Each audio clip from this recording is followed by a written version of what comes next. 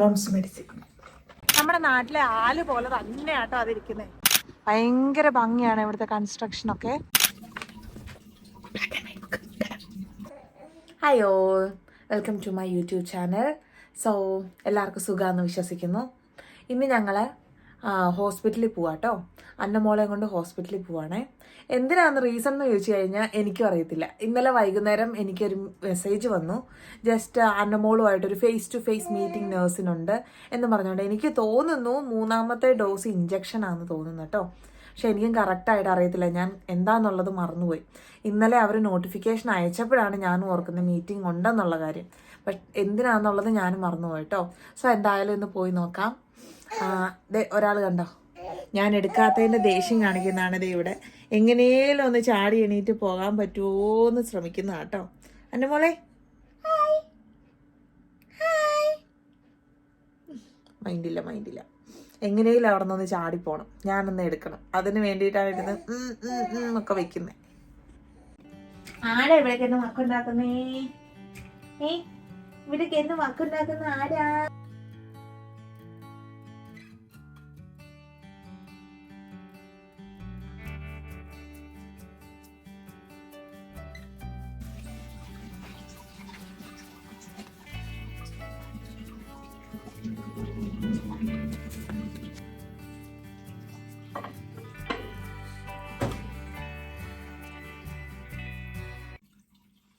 ഇന്ന് ഞങ്ങളുടെ സ്പെഷ്യൽ ഇതേ പുട്ടും ചിക്കൻ കറിയാണേ.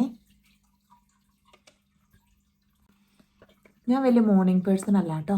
അതുകൊണ്ട് തന്നെ വൈകുന്നേരമാണ് എല്ലാ ഫുഡും ഉണ്ടാക്കി വയ്ക്കുന്നത്.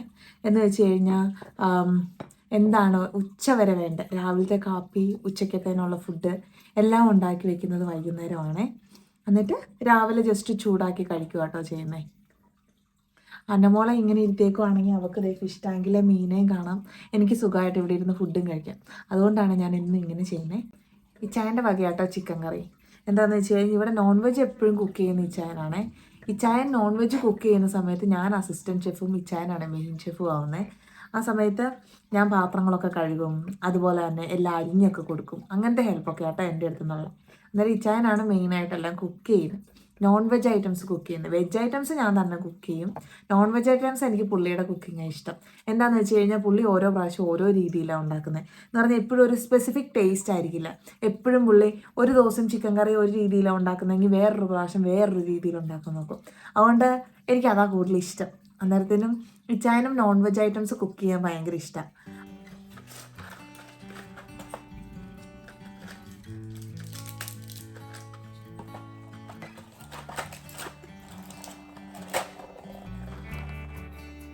Moms medicine.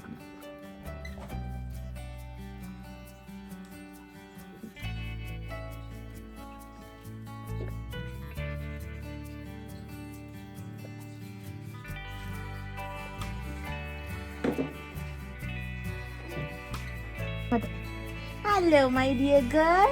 We are going to shower. കുളിച്ചാൻ പോവാ.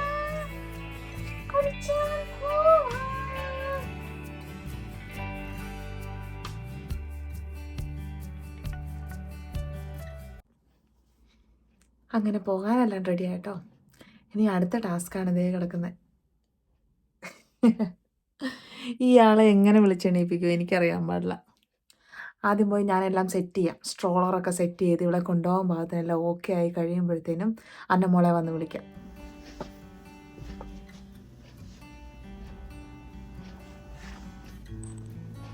ഈ സ്ട്രോളർ വെക്കാനുള്ളതാണ്. മോംസ് ബാഗ് തൊട്ട് എല്ലാ ഐറ്റംസും ഉണ്ട് കേട്ടോ.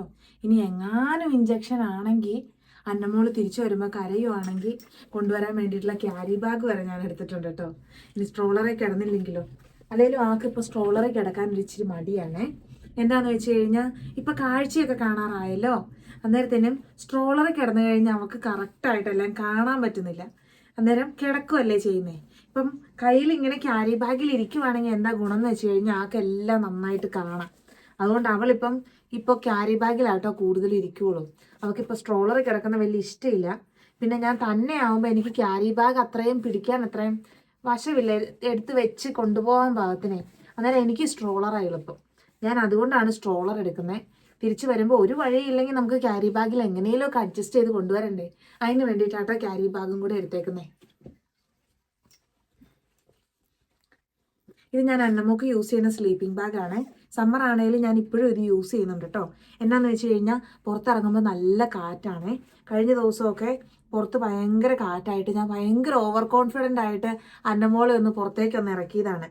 അന്നേരം ചെറിയ ജലദോഷമൊക്കെ വന്നു. അന്നേരം ഞാൻ ഓർത്തു ഇനി തൊട്ട് എന്തായാലും തൊപ്പിയൊക്കെ വെച്ച് ഇങ്ങനെ ജാക്കറ്റൊക്കെ ഇടിപ്പിച്ച് മാത്രം ജസ്റ്റ് പുറത്തേക്കാണേലും ബാക്ക് യാർഡിൽ കൊണ്ടുപോവുകയാണേലും കൊണ്ടുപോയാൽ മതി എന്നുള്ള രീതിയിലാണ് ഞാൻ ഇരിക്കുന്നത്. അതുകൊണ്ട് ഞാൻ അവളെ എവിടെ കൊണ്ടുപോയാലും ഇങ്ങനത്തെ സ്ലീപ്പിംഗ് ബാഗൊക്കെ ഇട്ടുകൊണ്ടാട്ടോ ഇറക്കുള്ളൂ. പുറത്തിപ്പോൾ ജസ്റ്റ് ബാക്ക് യാർഡിലേക്കാണേലും തൊപ്പിയൊക്കെ വെച്ചിട്ടാണ് ഇറക്കുള്ളൂ. കാരണം സമ്മർ ആണേലും ഭയങ്കര കാറ്റാണ്. അന്നേരം എപ്പോഴാണ് നമുക്ക് ജലദോഷം വരിക ഒന്നും പറയാൻ പറ്റില്ല. ക്ലൈമറ്റ് ഇങ്ങനെ മാറി മാറി വന്നുകൊണ്ടിരിക്കുന്ന ടൈമാണ് ഇപ്പം.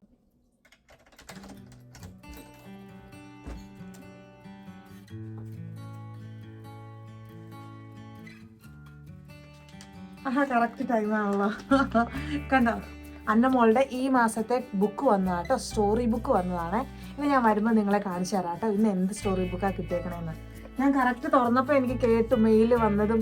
അതിലൂടെ ജസ്റ്റ് നമ്മുടെ ഇത് കണ്ടോ, എൻ്റെ വിൻഡോയുടെ ഇവിടെ എല്ലാ ഡോറിനും ഇങ്ങനെ ഒരു ഇതുണ്ട് കേട്ടോ, ഒരു ഓപ്പണിംഗ് ഉണ്ട്. അന്നേരം എന്തെങ്കിലും ലെറ്ററൊക്കെ ഉണ്ടെങ്കിൽ അവർ ജസ്റ്റ് ഇതിലൂടെ ഇട്ടിട്ട് പോവാട്ടോ ചെയ്യണേ. വെറുതെ ഇപ്പം ഇട്ടിട്ട് പോയ സ്റ്റോറി ബുക്കാണ് ഇത്. നമുക്ക് വരുമ്പോൾ തുറന്നു നോക്കാം കേട്ടോ ഇതിൽ എന്തായിരുന്നുള്ള ഉള്ളതെന്ന്. നമ്മുടെ സ്ട്രോളർ ഇനി എടുത്ത് പുറത്ത് വയ്ക്കുന്നതാണ് വലിയൊരു ടാസ്ക് എന്ന് പറയുന്നത്. കാരണം ഇതെനിക്ക് തന്നെ എടുത്ത് വയ്ക്കാൻ ഭയങ്കര ബുദ്ധിമുട്ടാണ്. എന്നാലും ഞാൻ എങ്ങനെയെങ്കിലും ഒക്കെ അഡ്ജസ്റ്റ് ചെയ്ത് എടുത്ത് വെക്കും കേട്ടോ, വേറെ വഴിയില്ലല്ലോ.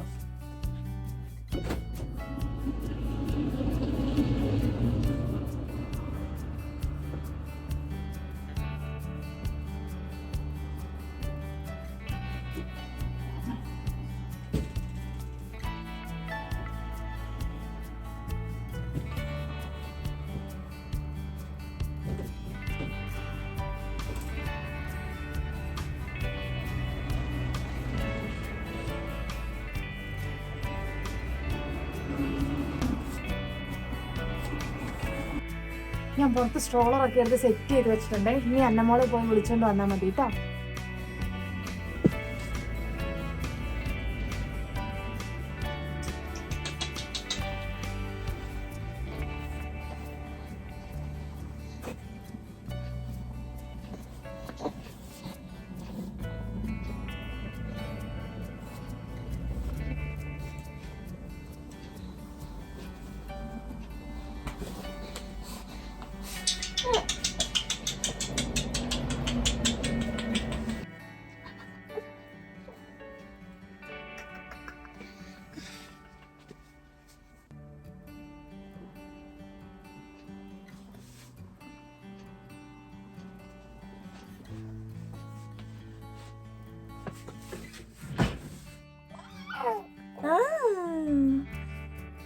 സുന്ദരിയായല്ലേ അന്നമോൾ, സുന്ദരിയായല്ലേ.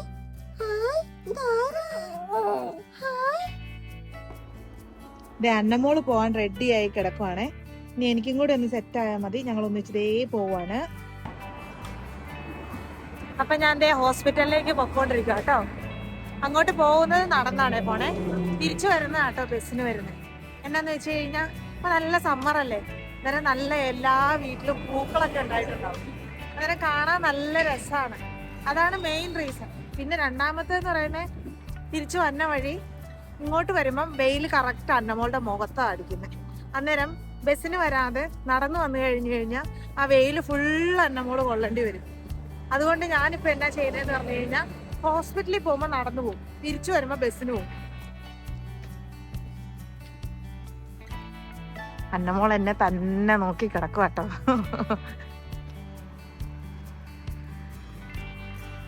കണ്ടോ, ഓരോ വീട്ടിലും പൂക്കളൊക്കെ നിൽക്കുന്നുണ്ടോ, മുഴുവൻ റോസയാണേ. ഭയങ്കര ഭംഗിയാട്ടോ കാണാൻ. ഇങ്ങനെ ഓരോ വീട്ടിലും ഓരോ വെറൈറ്റി പൂക്കളാണ് ഉണ്ടായി നിൽക്കുന്നത്. നമുക്ക് കാണുമ്പോൾ ഭയങ്കര ഇഷ്ടമാവും. നമ്മളിങ്ങനെ നടന്നു പോയാലേ ഈ വ്യൂസ് എല്ലാം കറക്റ്റായിട്ട് ആസ്വദിക്കാൻ പറ്റുള്ളൂ കേട്ടോ.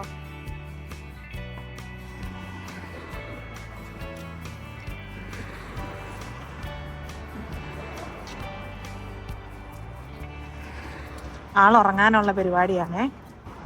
ഇത് കണ്ട് ഇവിടുത്തെ വീടുകളൊക്കെ കണ്ട്, എല്ലാ വീടുകളും ഒരുപോലെയാണ്. നമ്മുടെ നാട്ടിലെ പോലെ അല്ല കേട്ടോ.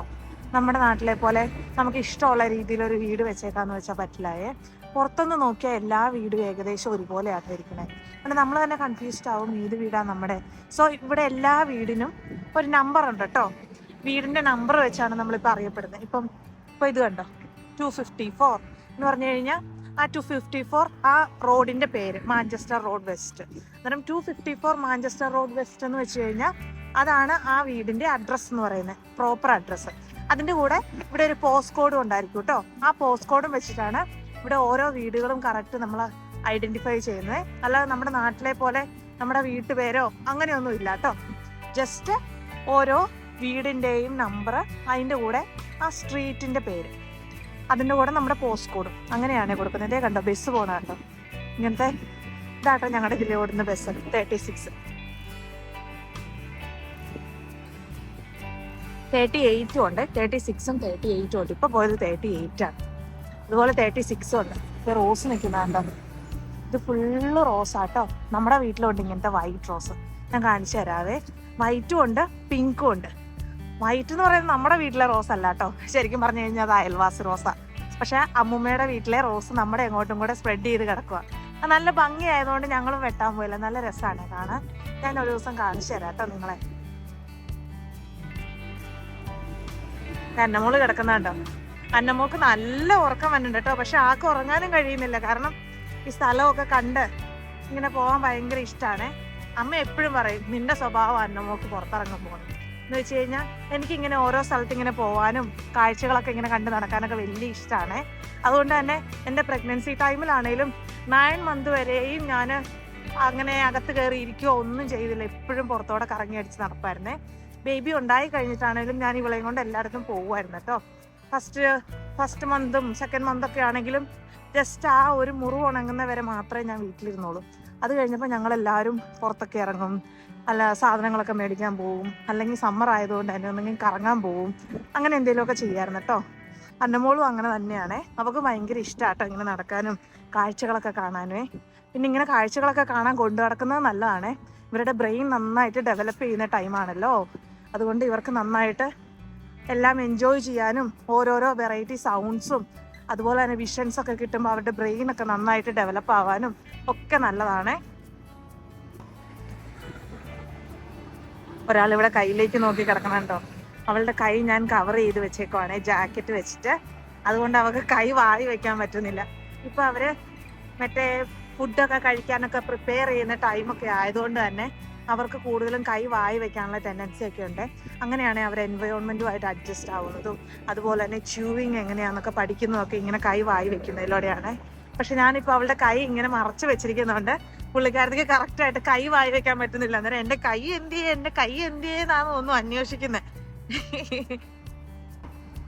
കുറേ നേരമായിട്ട് അവൾ അങ്ങനെ തന്നെ ഇരിക്കുകയാണെങ്കിൽ നമുക്ക് ആ കൈ അങ്ങ് മാറ്റി കൊടുക്കാം കേട്ടോ.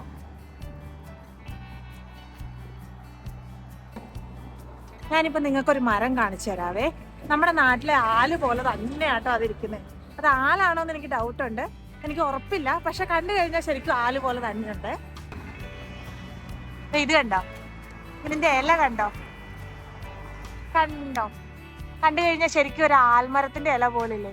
എനിക്കറിയില്ല കേട്ടോ ആൽമരത്തിന്റെ ഇലയാണോന്ന്. കാരണം എനിക്ക് ആൽമരം അത്രയും കറക്റ്റ് ആയിട്ടൊന്നും അറിയില്ല. പക്ഷെ അതിന്റെ ഷേപ്പൊക്കെ കാണുമ്പോൾ എനിക്ക് നമ്മുടെ നാട്ടിലെ ആൽമരത്തിന് ഓർമ്മ വരും കേട്ടോ. ആൽമരത്തിന് സാധാരണ ഇങ്ങനെ വള്ളികളൊക്കെ ഇല്ലേ, പക്ഷെ ഇതിന് വള്ളിയൊന്നുമില്ല.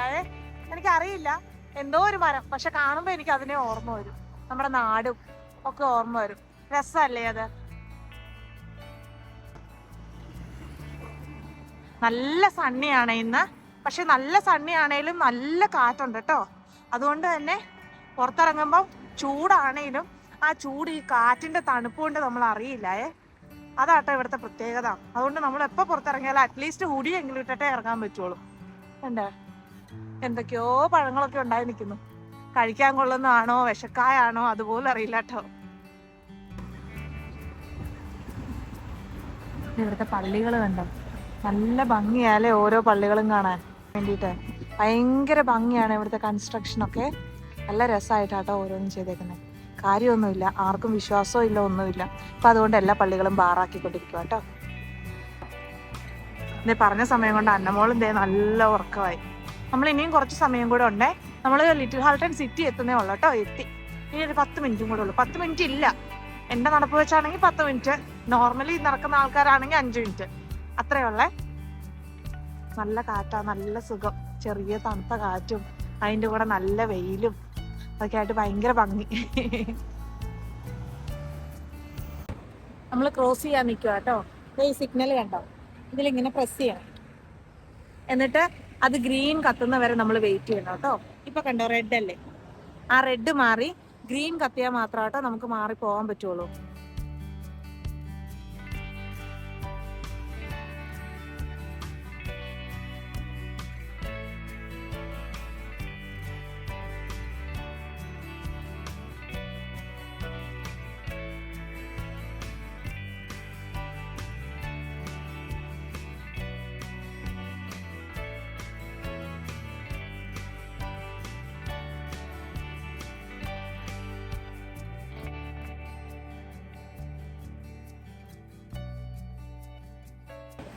ഇപ്പൊ ടൈം 1:36 ആയേ. 1:40 ആട്ടോ നമ്മുടെ അപ്പോയിന്റ്മെന്റ് എന്ന് പറയുന്നത്. അന്നേരം ഇവിടെ എന്ന് വെച്ച് കഴിഞ്ഞാൽ നമ്മൾ അപ്പോയിന്റ്മെന്റ് എപ്പോഴാണോ ഷെഡ്യൂൾ ചെയ്തിരിക്കുന്നത് മാക്സിമം 5 മിനിറ്റും കൂടെ താമസിച്ചല്ല, അതിൽ കൂടുതൽ താമസിക്കാൻ പാടില്ല കേട്ടോ. അതേ നമ്മൾ എത്തിപ്പോയി. ഇതാട്ടോ നമ്മുടെ ഹോസ്പിറ്റല്.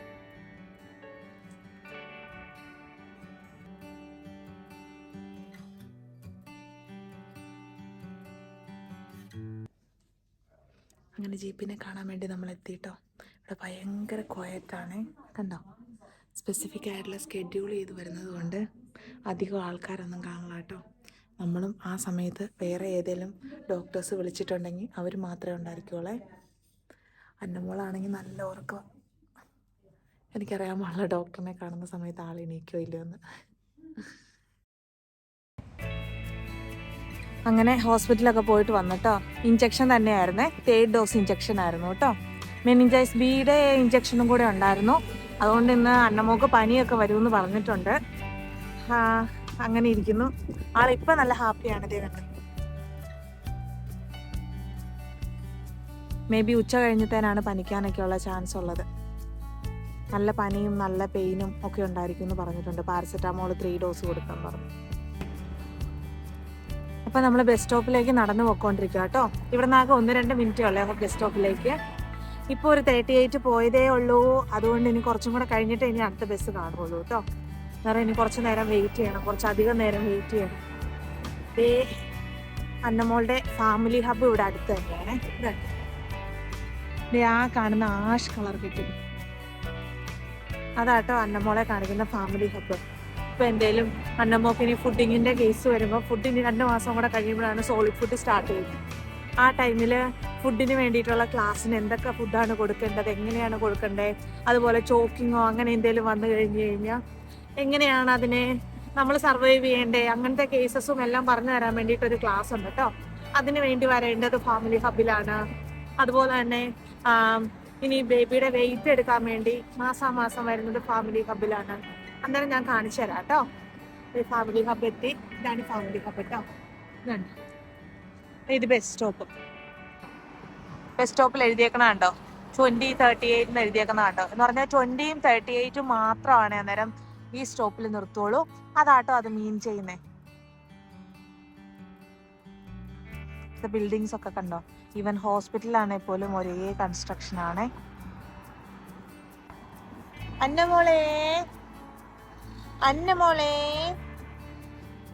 അന്നമോളുടെ കൈ ഞാൻ പാവം, അവള് ഫ്രീ ആയിട്ട് ഇട്ടോട്ടെ എന്ന് ഓർത്തോണ്ട് വലിയ കാര്യത്തില് പുറത്തെടുത്തിട്ട് കൊടുത്താ. അവള് പിന്നെ അതിനകത്ത് കയറ്റി. എന്നിട്ട് അവൾക്ക് മനസ്സിലാവണല്ലോ അവളുടെ കൈ അതിനകത്ത് കയറി. എന്റെ കൈ എന്തിയേ പിന്നെ നോക്കുക. അല്ലേ ചക്കരെ, എന്റെ കൈ എന്തിയേ. അയ്യോ അമ്മ, എന്റെ കൈ കണ്ടില്ലല്ലോ. ഒരു പിങ്ക് കളർ സാധനമാണല്ലോ എന്റെ കയ്യിലുള്ളേ. അന്നേരം എന്റെ കൈ എന്തിയാ അമ്മേ? അയ്യോ എന്തിയേ, കാണാനില്ലല്ലോ.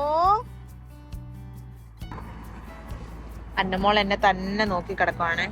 ഈ അമ്മ ഇതെന്നെ എങ്ങോട്ടാ കൊണ്ടുപോയേ, എന്നിട്ട് ഈ തണുപ്പ് തന്നെ നിർത്തിയേക്കുവാണോ എന്നാണോ ചിന്തിക്കുന്നതെന്ന് എനിക്ക് ഡൗട്ടുണ്ട്. എനിക്ക് കുത്തും മേയിച്ച് തന്നു. വണ്ടിക്കുള്ള വെയിറ്റിങ്ങിലാട്ടോ. ഇതുവരെ വണ്ടി വന്നിട്ടില്ലായേ. ഞങ്ങൾ വന്നപ്പോൾ കറക്റ്റ് ഒരു വണ്ടി പോയേ ഉള്ളൂ. 38 ആട്ടോ ഞങ്ങളുടെ അങ്ങോട്ടുള്ള ബസ്. അതുകൊണ്ടാന്ന് തോന്നുന്നു ഇനി കുറേ സമയം എടുക്കുമെന്ന് തോന്നുന്നു. കുറേ സമയമല്ല, മാക്സിമം 10 മിനിറ്റ്സ് അതിനുള്ളിൽ ബസ് വരും. അതിനു വേണ്ടി വെയിറ്റ് ചെയ്ത് നിൽക്കുക കേട്ടോ. UK സിംഗിൾ ഡെക്കർ ബസ്സസും ഡബിൾ ഡെക്കർ ബസ്സസും ഉണ്ട്. ഞാൻ കയറിയത് ഇപ്പോൾ ഒരു ഡബിൾ ഡെക്കർ ബസ്സിലാണ് കേട്ടോ. അതുകൊണ്ടാണ് ഇത് കണ്ട മുകളിലേക്ക് സ്റ്റെപ്പും കാര്യങ്ങളും ഒക്കെ ഉണ്ട്.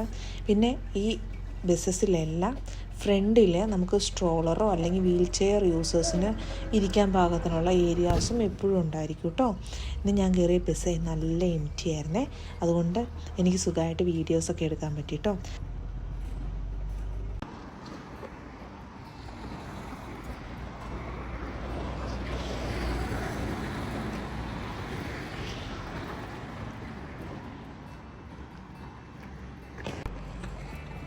നമ്മുടെ വീട്ടിൽ കുഞ്ഞ് റോസാ ചെടികളൊക്കെ ഉണ്ടായി തുടങ്ങിയിട്ടുണ്ട് കേട്ടോ. ഇത് കണ്ടോ, കുഞ്ഞ് റോസാപ്പൂക്കളൊക്കെ ഇട്ടു. ബാക്കിയൊക്കെ മൊട്ടിടാൻ നിൽക്കുന്നു. നല്ല ഭംഗിയുണ്ടല്ലേ കാണാൻ. ഞങ്ങളുടെ ബാക്ക് യാർഡിലും ഉണ്ട് കേട്ടോ ഇതുപോലെ. ഒത്തിരി വലിയ റോസാണ് അത് കാണാൻ കുറച്ചും കൂടെ ഭംഗിയാണ്. ഇത് കുഞ്ഞിതാണേലും ഒത്തിരി മൊട്ടുള്ളത് കാരണം എല്ലാം കൂടെ വീട് വരുമ്പോൾ ഭയങ്കര ഭംഗിയാണ് കാണാൻ.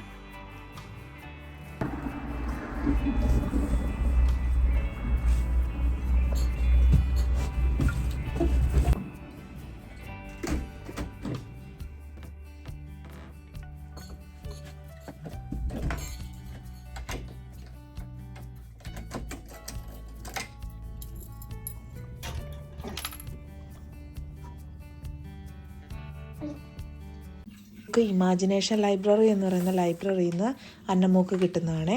ബൈ ബർത്ത് തൊട്ട് 5 years വരെയുള്ള കുട്ടികൾക്ക് കിട്ടും കേട്ടോ. അന്നേരം ഏജിനെ ബേസ് ചെയ്താട്ടോ ഓരോ മന്തിലും ഏത് ബുക്ക് വേണം നമുക്ക് കിട്ടേണ്ടതെന്നുള്ളത് ഡിസൈഡ് ചെയ്യുന്നത്. അന്നേരം ഏജ് അപ്രോപ്രിയേറ്റ് ആയിട്ടുള്ള ബുക്സ് ആണ് ഓരോ മന്തിലും നമുക്ക് കറക്റ്റായിട്ട് കിട്ടുന്നത്.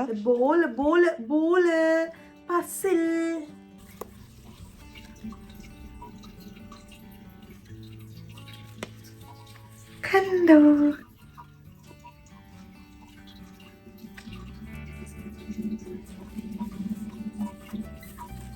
അപ്പോൾ ഇന്നത്തെ വീഡിയോ ഇത്രേ ഉള്ളൂ. മറ്റൊരു വീഡിയോ ആയിട്ട് അടുത്ത ദിവസം വരുന്നവരെ bye bye. Say bye bye. എല്ലാവർക്കും ഞങ്ങളുടെ വീഡിയോ ഇഷ്ടപ്പെട്ടെങ്കിൽ please to subscribe and share my channel.